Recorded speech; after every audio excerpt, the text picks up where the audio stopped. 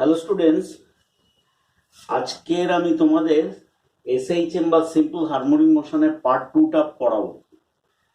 আগের দিন পড়িয়েছি যে বৃত্তাকার পথে আবর্তনশীল অর্থাৎ পর্যাবৃত্ত গতিসম্পন্ন কোনো বস্তুকণা কিভাবে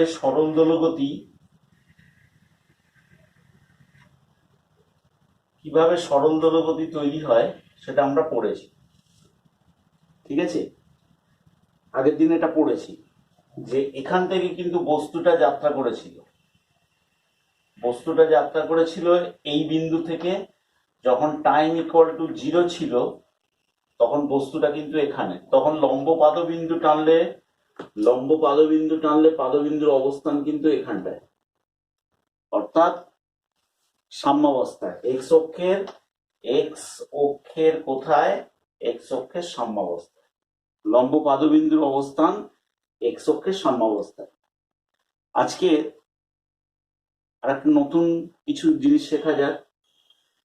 যদি বস্তু সাম্যাবস্থা থেকে যাত্রা না করে, অন্য কোথাও থেকে যাত্রা করে, অন্য কোথাও বলতে ধরো বস্তুকণা বিস্তার থেকে যাত্রা করলো, এবং বিস্তার থেকে যদি কণাটা যাত্রা করে তাহলে বস্তুর অবস্থান কোনখানে?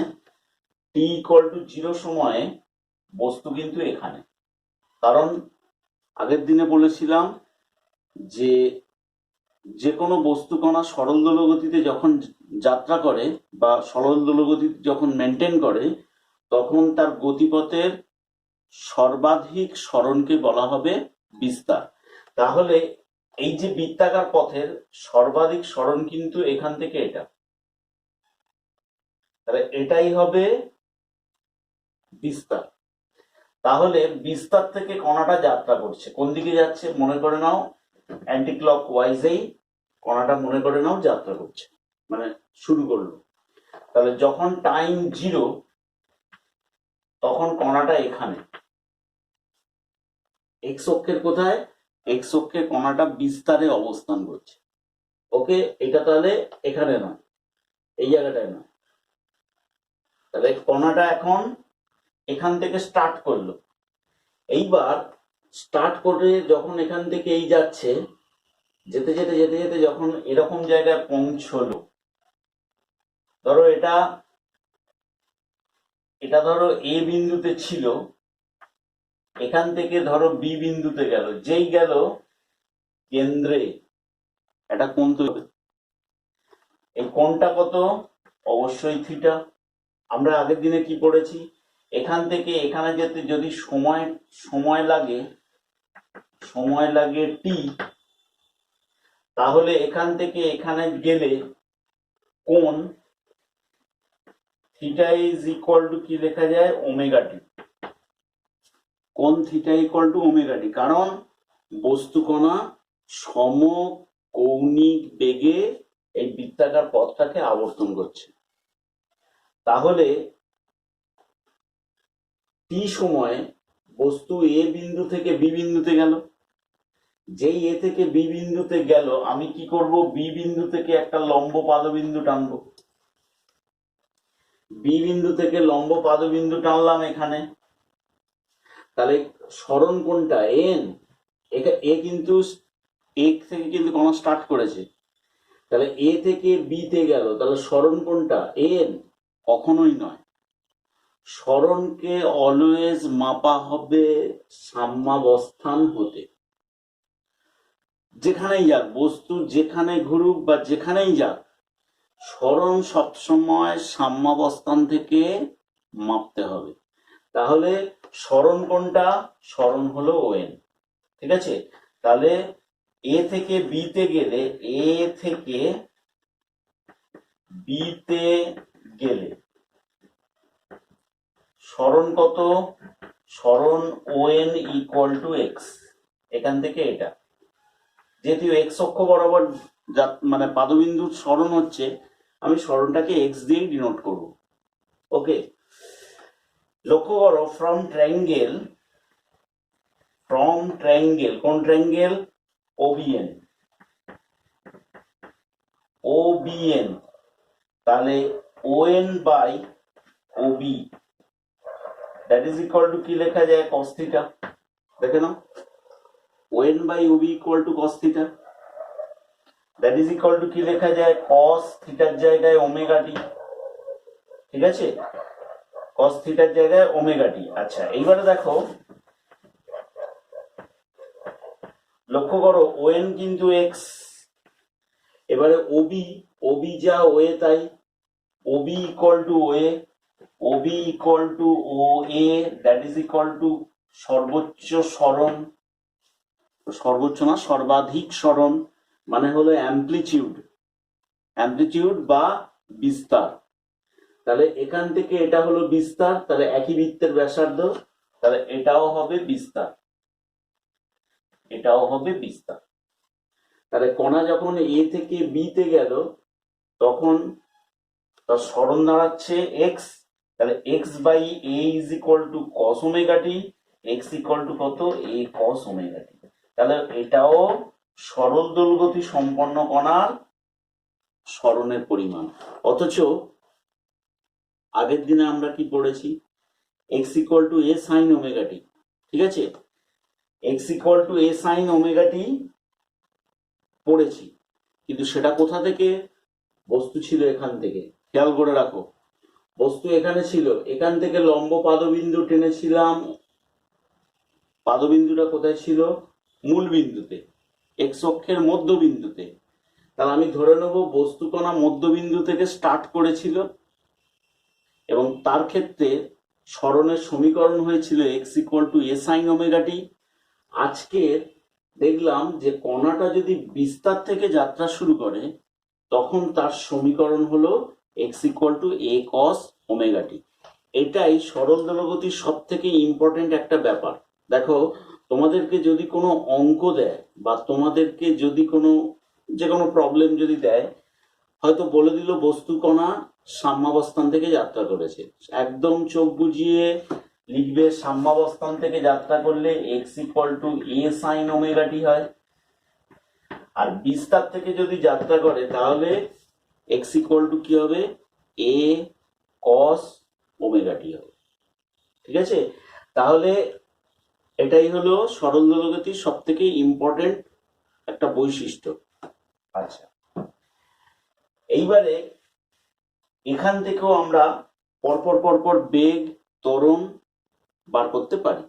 ঠিক আছে, তো দেখে নাও, তো এক্স ইকুয়াল টু কি ছিল এ কস ওমেগা টি, এটা ছিল সরণ, x equal to a cos omega t, এটা সরণ, টি এর রেসপেক্টে ডিফারেন্সিয়েট করব, তাহলে ডিএক্স বাই ডিটি, তাহলে ডি বাই ডিটি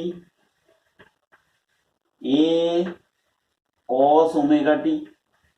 ঠিক আছে, এ বাইরে গেল, তোমরা তো ম্যাথে করছো, বা কসের জন্য কি হবে মাইনাস সাইন ওমেগা টি, আর আগের দিন বলেছিলাম যে ওমেগা টির জন্য কি হবে, ওমেগা টির জন্য হবে ওমেগা। ঠিক আছে, ডিএক্স বাই ডিটি মানে হলো বেগ, তাহলে ভি ইজ ইকুয়াল টু কি এলো minus a omega sine omega t. তাহলে এটাই হলো সরল দোলগতি সম্পন্ন কণার বেগ হলো এটা। আবার এই বেগকে যদি টাইমের রেসপেক্টে ডিফারেন্সিয়েট করি তাহলে ডিভি বাই ডিটি, এখান থেকেই করছি। ঠিক আছে, ডিভি বাই ডিটি আবার টাইমের রেসপেক্টে ডিফারেন্সিয়েট, তাহলে d by dt a minus a omega sine omega t. তাহলে ডিভি বাই ডিটি মানে কণার ত্বরণ এ, মাইনাসটা বাইরে গেল, এ ওমেগা বাইরে গেল, সাইনের জন্য কস ওমেগা টি আর ওমেগা টির জন্য ওমেগা, তাহলে এ সমান minus a omega square cos omega t, cos omega t. তাহলে এ ইজ ইকুয়াল টু কত আসছে minus omega square a cos omega t. লক্ষ্য করো a is equal to minus omega square x, তাহলে a সমানুপাতিক minus x, কারণ omega তো সমকৌণিক বেগ মানে ওমেগা ধ্রুবক, তাহলে ওমেগা ধ্রুবক হওয়ার জন্য তাহলে কি আসছে, a proportional to minus x. তাহলে এই কথাটা অবশ্যই অবশ্যই বলতে পারি যে ত্বরণ সরণের সঙ্গে সমানুপাতিক হতেই হবে। এসএইচএম মেনটেন করতে গেলে ত্বরণ সরণের সঙ্গে সমানুপাতিক হতেই হবে, কিন্তু ত্বরণ আর সরণ বিপরীতমুখী হবে। অর্থাৎ সরণ যদি এই ডিরেকশনে কাজ করে, ত্বরণ তার উল্টো ডিরেকশনে কাজ করবে, এবং ত্বরণ অলওয়েজ কোন দিকে, সাম্যাবস্থান অভিমুখী, অর্থাৎ সেন্টারের দিকে ত্বরণ অলওয়েজ থাকবে। তাহলে এটা হলো ব্যাপার। এখান থেকে দেখো, এখান থেকে বা আগের দিনও একই ব্যাপার, আগের দিনটাও দেখবে বাড়িতে ওরকম ভাবে করবে, একই রকম সূত্র আসবে। কোন জিনিসটা সেটা এখন বলছি। লক্ষ্য করো, আমার এখান থেকে একটা বেগের সূত্র আসে, ভি ইজ ইকুয়াল টু, আগের দিনও করিয়েছিলাম, plus minus omega root over square minus x square, এটা আসে। এবার এটা যদি বলো যে কি করে এসছে, তাহলে আমি একটু দেখিয়েও দিই। লক্ষ্য করো, V is equal to, minus minus থাক, তাহলে এ ওমেগা, দেখো তো সাইন মানে লেখা যায় root over 1 minus cos square omega t. যেহেতু রুট করছি তাহলে প্লাস মাইনাস নিলে সেই একই ব্যাপার, তাহলে প্লাস মাইনাসই চলে আসবে। ঠিক আছে, তাহলে এখানে একটা প্লাস মাইনাস থাকবে, মাইনাস করলে মাইনাস প্লাস চলে আসবে, একই ব্যাপার। তাহলে V is equal to plus minus a omega root over 1 minus cos omega t মানে তাহলে x square by a square. ঠিক আছে, এটা একটু মুছি।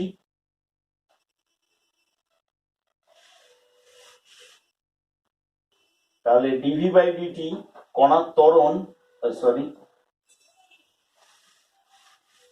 কণার বেগ, ভি ইজ ইকুয়াল টু কত আসছে, plus minus omega a root over square minus x square by এ।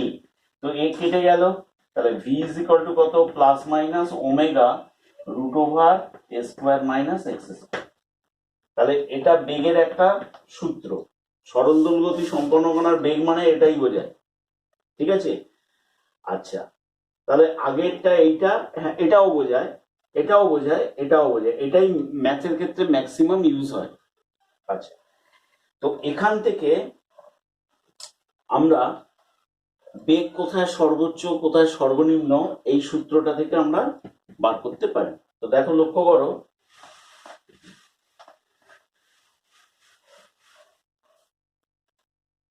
যখন বস্তু বিস্তারে, বস্তু বলবো না, কণা, যখন কণা বিস্তারে মানে অ্যামপ্লিটিউডে, এক্স এর ম্যাক্সিমাম ভ্যালু কত, এক্স ইকুয়াল টু এ, তাহলে এখানে বসাবো।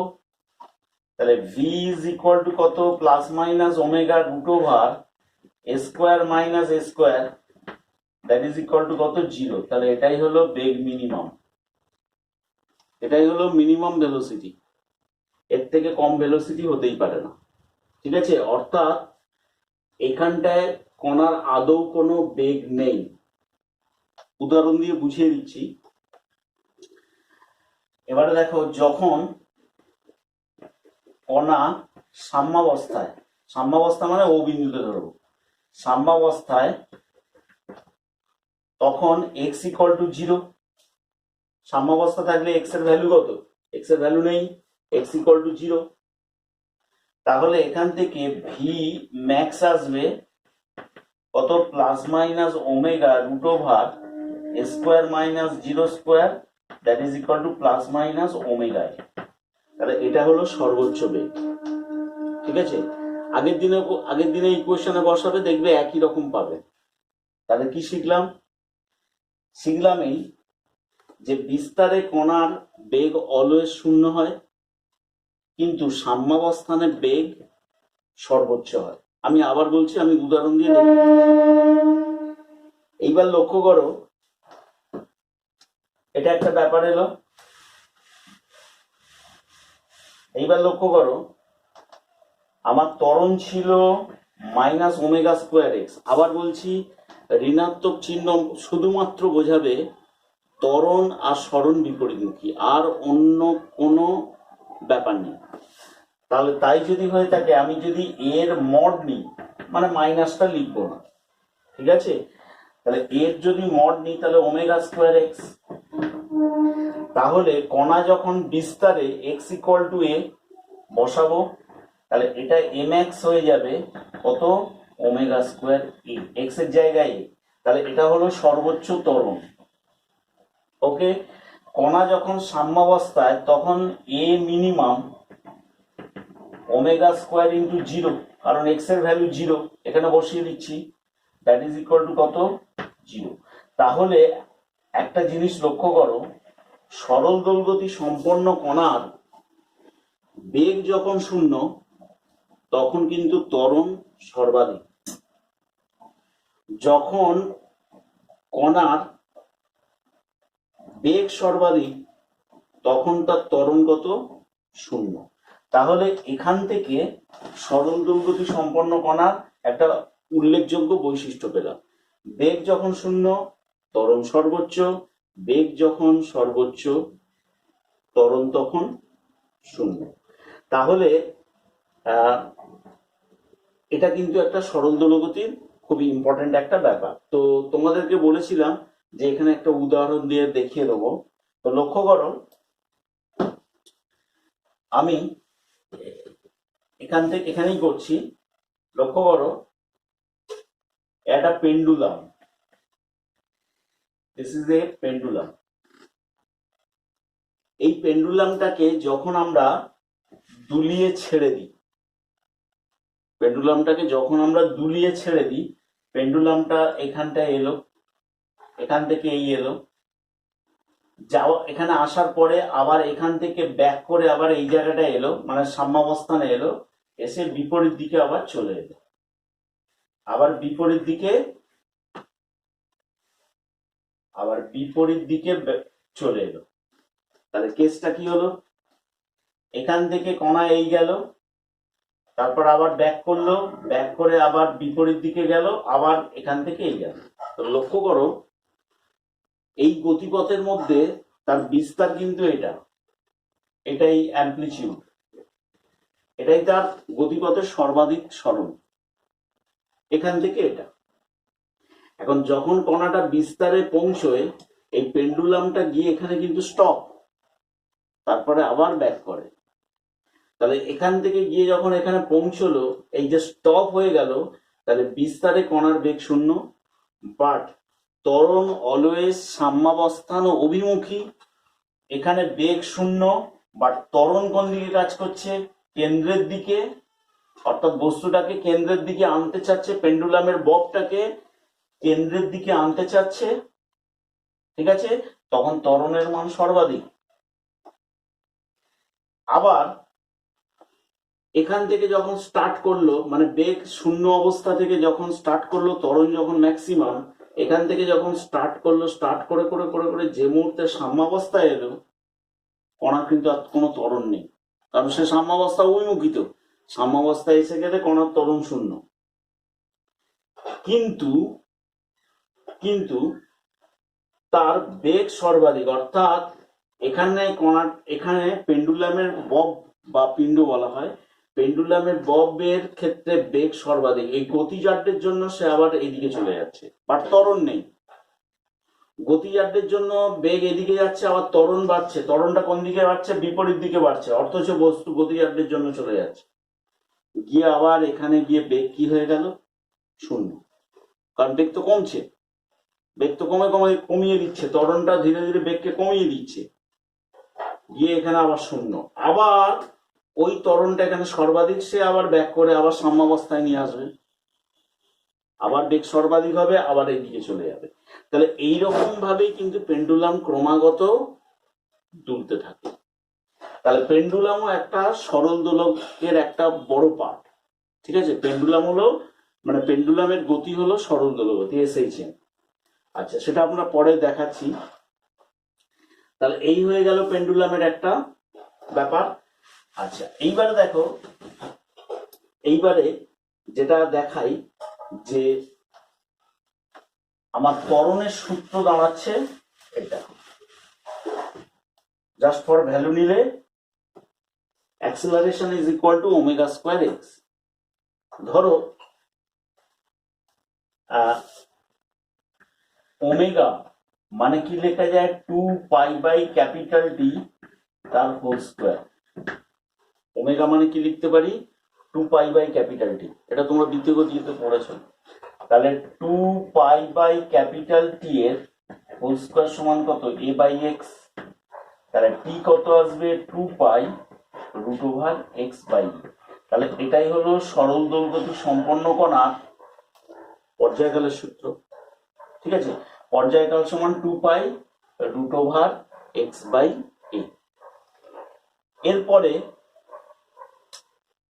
আমি যদি বলি যে n ফর কম্পাঙ্ক, এটা হলো কম্পাঙ্ক, এটা পর্যায়কাল,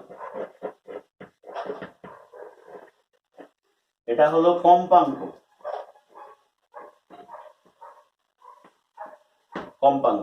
কম্পাঙ্ক ইজ ইকুয়াল টু কি লিখতে পারি, 1/পর্যায়কাল। তাহলে n ইজ ইকুয়াল টু 1/2π √ কি হবে, a/x। তাহলে এটা হলো l। তাহলে সরল দৈর্ঘ্য সম্পন্ন কণার পর্যায়কাল পেতে পারি, কম্পাঙ্কও পেতে পারি। ওকে, যেমন দেখো তোমাদেরকে হয়তো দেওয়া আছে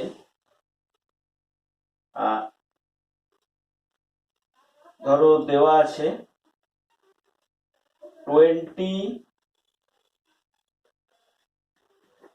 27x প্লাস 27x প্লাস মনে করে নাও 3a সমান 0, এটা সমীকরণ দেওয়া আছে। ঠিক আছে, 27x is equal two 3a, একটা সমীকরণ দেওয়া আছে। বললো এই সমীকরণের কি আদৌ কোনো SHM, এটা কি সরল দৈর্ঘ্য সম্পন্ন কোনো সমীকরণ? অবশ্যই এটা একটা সরল দৈর্ঘ্য সম্পন্ন কণার সমীকরণ।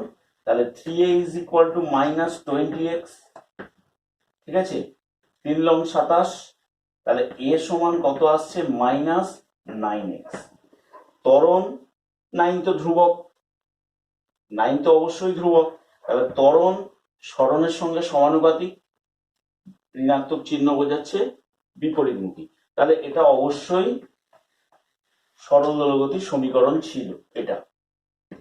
ওকে, এইবারে তোমাকে যদি বলে যে এখানে ওমেগা কৌণিক বেগ কত, তাহলে কৌণিক বেগ এটা থেকে করছি। কৌণিক বেগ ওমেগা সমান কত আসবে, মানে ওমেগা স্কোয়ার সমান 9। হঠাৎ করে বললে স্যার ওমেগা স্কোয়ার কেন হঠাৎ করে লেখা হলো? কারণ দেখো সরল দৈর্ঘ্য সম্পন্ন কণার ত্বরণের সূত্র কিন্তু এটা। তাহলে a is equal two -ω²x, মাইনাসটা বাদ দাও, তাহলে a সমান ω²x। তাহলে এটার সঙ্গে যদি এটাকে আমি তুলনা করি, দেখে নাও, যদি তুলনা করি তাহলে ω² সমান কি আসবে, 9। তাহলে ওমেগা কত আসবে, 3 রেডিয়ান পার সেকেন্ড, কৌণিক বেগের একক। তাহলে অর্থাৎ কণাটা 3 রেডিয়ান পার সেকেন্ড কৌণিক বেগে আবর্তিত হচ্ছে বা এরকম ভাবে দুলছে। ওকে, এইবারে তোমাকে যদি বলে এই সমীকরণের পর্যায়কাল কত, এই সমীকরণে পর্যায়কাল কত, তাহলে এই সমীকরণের যদি পর্যায়কাল বলে তাহলে আমি এখান থেকেই করব। দেখে নাও, ওমেগা মানে কি লিখতে পারি, 2π/T সমান 3। তাহলে টি কত আসবে, 2π/3। তাহলে এটাই আসবে পর্যায়কাল ওমেগা। ঠিক আছে, আচ্ছা তাহলে মোটামুটি আজকে শিখলাম যে কণা যদি সাম্যাবস্থা থেকে যাত্রা করে তার সমীকরণ হবে x equal to a sin ω_t, আর যদি বিস্তার থেকে যাত্রা করে তাহলে আমরা অবশ্যই লিখবো x equal to a cos ω_t। এইবারে ধরো কণা সাম্যাবস্থা থেকেও যাত্রা করলো না, বিস্তার থেকেও যাত্রা করলো না, অন্য একটা জায়গা থেকে যাত্রা করলো। ঠিক আছে, ধরো এই একটা বৃত্তাকার পথ, এই বৃত্তাকার পথের ক্ষেত্রে এই বৃত্তাকার পথ ছিল, এই বৃত্তাকার পথের ক্ষেত্রে কণাটা সাম্যাবস্থা থেকে বা বিস্তার থেকে যাত্রাই করেনি, অন্য কোনো একটা জায়গা থেকে যাত্রা করেছে। ধরে নাও এইটা এইখান থেকে যাত্রা করেছে, এটা সাম্যাবস্থাও নয়, বিস্তারও নয়। তো এটা হলো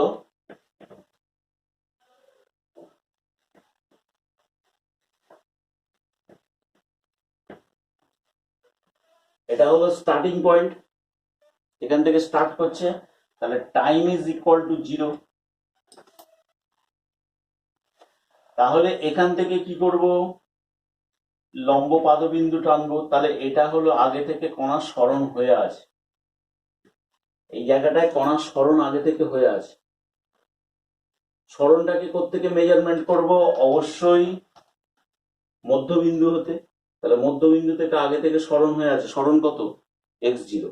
এইবারে মনে করে নাও এই বরাবর কণাটা ঘুরছে, ধরে নাও ক্লকওয়াইজে ঘুরছে, তাহলে এই বরাবর কণাটা ঘুরছে। এখন মনে করো স্টার্টিং পয়েন্ট থেকে কণাটা ঘুরতে ঘুরতে ঘুরতে ঘুরতে এখানে এলো, এটা হলো ফাইনাল পয়েন্ট। যেই এখানটায় এলো, তাহলে স্টার্টিং পয়েন্ট থেকে এই এলো, কোনখান থেকে ধরবো, অবশ্যই স্টার্টিং পয়েন্ট থেকেই কোণ ধরবো, অন্য কোনো জায়গা থেকে নয়। ঠিক আছে, তাহলে স্টার্টিং পয়েন্ট থেকে কোণ এলো কোথায়, এখান থেকে এটা, তাহলে কোণ এলো থিটা। ভেবে দেখো, এখানে কোণ এলো থিটা, এখান থেকে এখানে ফাইনাল পয়েন্টে আসতে টাইম নিয়েছে কত, টি। তাহলে এখান থেকে এইখানটায় এসছে, থিটা কোণ তৈরি হয়েছে। কিন্তু আমাকে সরণ মেজারমেন্ট করতে গেলে কোত্থেকে ধরতে হবে, অলওয়েজ সাম্যাবস্থান থেকে। তাহলে সাম্যাবস্থান থেকে কণার সরণ হয়েছে কোথায়, এখান থেকে লম্ব পাদবিন্দু টানো, তাহলে কণার সরণ হয়েছে কোনটা, এটা এক্স। এই ও বিন্দু থেকে লম্ব পাদবিন্দু টানলে তাহলে কণার সরণ হয়েছে এক্স। ঠিক আছে, তাহলে আমার এই কোণটা জানতে হবে, এই কোণটা জানতে হবে, তবে কিন্তু আমি সরণের ইকুয়েশন পাবো, কারণ এটা তো বিস্তার, এইটা হলো বিস্তারে, দেখে নাও। তাহলে এটা সরণ, এটা বিস্তার, এই কোণটা কিন্তু আমি জানি না, কারণ এক্স বাই এ সমান সাইন বা কস কিছু তো একটা আসবে। তাহলে এই কোণটা আমাকে জানতেই হবে যে কোনো উপায়ে।